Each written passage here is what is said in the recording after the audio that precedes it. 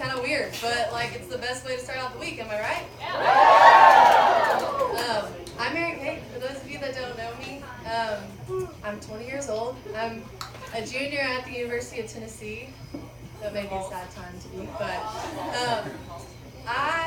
for those of you that don't know me, I graduated from Maryville High School. Go Rebels. Our Beth knows. The Rebels are awesome. But for those of you that don't know me, but if you really knew me, you know that I don't really get embarrassed that easily. My friends kind of know me as the girl that's like the goofy, lanky girl. The girl that doesn't really get embarrassed in like awkward. I like kind of thrive in awkward conversations and awkward situations. I like seek them out, and no one really does that, but I kind of do. And so that's kind of been something that I'm like prided myself on in my life, because I'm like, I can do this, you know. I don't get embarrassed, it's fine. But at the same time, my dad, I think, kind of finds that as like a challenge as a father. So he's like, does anyone have a dad like that that like seeks out opportunities to embarrass you? Yes. Okay. Great. He's kind of just the guy that does that to me and my siblings and my cousins, and so he intentionally looks for those scenarios. And you know, I went to Maryville, and it's a huge deal at Maryville. Football is a huge deal, and so my freshman year of high school, I was so excited to be able to be in the student section of the football team, or not football team, but the student section at the football games. And I was in the back row. You freshmen may know how I feel when I'm like in the literally in the nosebleeds. And my dad and his friends also go to the game. They still go all the time, just because everyone in Maryville goes to support the Rebels. But he sits on the opposite side of the stadium, and so halftime rolls around, and everyone in the student section sitting down. We're all just kind of hanging out, and my dad decides that he's going to go to the concession stand, but he's not going to go the easy way. He's going to go the very inconvenient way in front of the student section, you know, like where the seniors are standing on the rail and people in the front row are hanging out. He's like walking on that aisle right there, and I see him coming, and I'm like, oh no, this is going to happen. And as soon as he lays eyes on me, his hands just go up like this, and he's like, Mary Kate, hey, Mary Kate, and I'm like, oh no. And the inner, like, the part of me that doesn't want to be embarrassed is like, oh, laughing it off. But like my friends around me, they're like, aha, Mary Kate, this is your guy. They got used to him eventually too, and they would learn to laugh that off. But I was kind of embarrassed, I'm not gonna lie. I was embarrassed. And the reason I tell you that story is because it reminds me of a story about a man named Jesus in the Bible, who calls his friend by name in a crowd.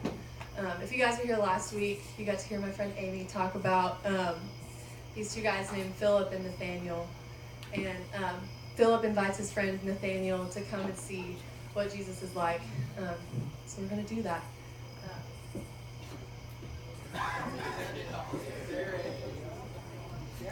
And this story comes from a book in the Bible called Luke.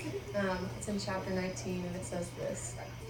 He, being Jesus, entered Jericho and was passing through. And there was a man named Zacchaeus. He was a chief tax collector and was rich.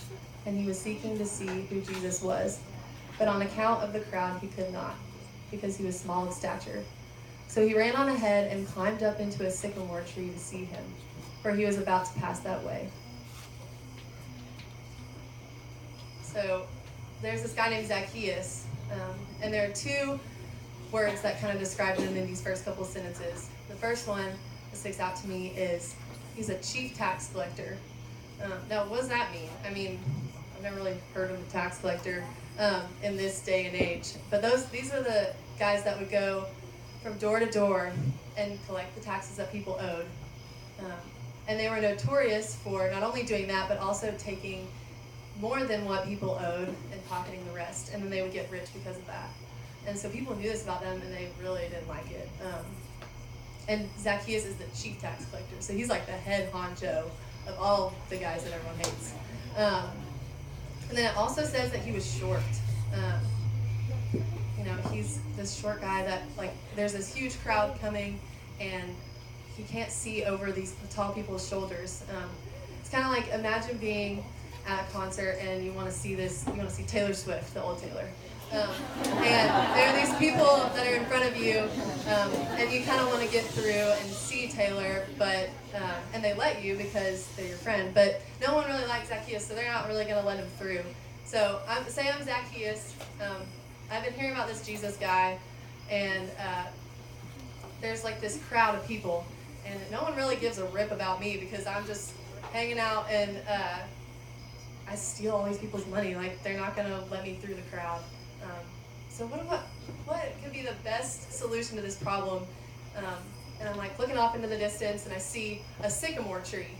Okay, that's a great idea. I'm going to run on ahead. I see he's going this way, so I'm going to climb up in the sycamore tree just so I can get a view of this guy. What does he look like? What does he look like? What's he wearing? I just want to see what he's like, because to this point, Jesus has performed these miracles. He's healed people of diseases, and he's let people who can't walk again, and people who can't see again. So there's got to be something cool about this guy, and I want to see him. So he's running ahead. And it says this. It says, "And when Jesus came to the place, he looked up and said to him, 'Zacchaeus, hurry and come down, for I must stay at your house today.'" And if I'm Zacchaeus, and this guy, Jesus, who's like done all these miracles, is saying this to me and saying my name to me, I'm like, me? You must have the wrong Zacchaeus, because it's not, no one ever wants to hang out with me. No one ever wants to go to my house. I can't remember the last time that somebody wanted to hang out with me. And so everybody in the crowd is shocked by this. I mean, they're like, why would you want to hang out with that guy? He's stolen all my money. And so let's see his reaction. It says, "So he hurried and came down and received him joyfully. And when they saw it, they all grumbled. 'He has gone in to be the guest of a man who is a sinner.' And Zacchaeus stood and said to the Lord, 'Behold, Lord, the half of my goods I give to the poor. And if I have defrauded anyone of anything, I restore it fourfold.' And Jesus said to him, 'Today salvation has come to this house, since he also is a son of Abraham. For the Son of Man came to seek and to save the lost.'" I don't know if you guys noticed, but immediately Zacchaeus is like, "Oh my gosh, okay, well, I'm going to give back everything I've ever stolen. I'm going to give it back 4 times as much." It doesn't even say that he gave Jesus, it doesn't even say that he got out of the tree. He's like immediately like, "Oh my, holy cow, this Jesus wants to hang out with me." And he just immediately is changed. And Jesus, I don't know if you guys noticed, but he calls him by his name. He knows him by name. And I'm guessing that he probably already knows all the things he's done. He knows all the times that he's stolen from people. He knows all the times that he's cheated or lied. He knows what people think about him. Because, like it said, the people in the crowd are like, "Why would you want to go hang out with that sinner? No one likes him." And Jesus knows his name, and he knows his every messy part of him. And guys, that's how Jesus sees us. He sees us, and he knows our name, and he knows everything we've ever done. But that doesn't stop him from wanting to hang out with us. It doesn't stop him from wanting to go to Zacchaeus' house. It doesn't stop him from wanting to get to know us and spend time with us, just like he felt about Zacchaeus. He knows all that about us, and he doesn't care. He knows all the times we've ever lied, or maybe gossiped or cheated, and he sees us and he loves us regardless. And in verse 10 it says, "For the Son of Man came to seek and save the lost." Jesus came to this earth, and he came for the people that were broken. He came for the people like Zacchaeus, who were dirty and rich, but not because of, because he lied and cheated. He came for the people that were lost. He didn't care about Zacchaeus being rich and having all the cool clothes and just having it all together. He wants him regardless of all of his messy parts. And that's how he feels about us. So if you guys hear me say anything, hear me say this, that Jesus knows your name. He knows your name. He knows everything you've ever done, good and bad. He celebrates your good, and he knows you're bad, and he loves you anyways. And that doesn't stop him from wanting to go to your house and get to know you, because he loves you, not because he loves what you've done. So as you're getting ready for bed tonight or driving home, I just want you guys to consider that, because that's awesome. What if Jesus really does know my name? What if he really does care about me? What if he really wants to get to know me? Because guys, if that's true, then it changes everything. Thank you guys for listening. I'll pray for us, and then we're going to hang out for a little bit.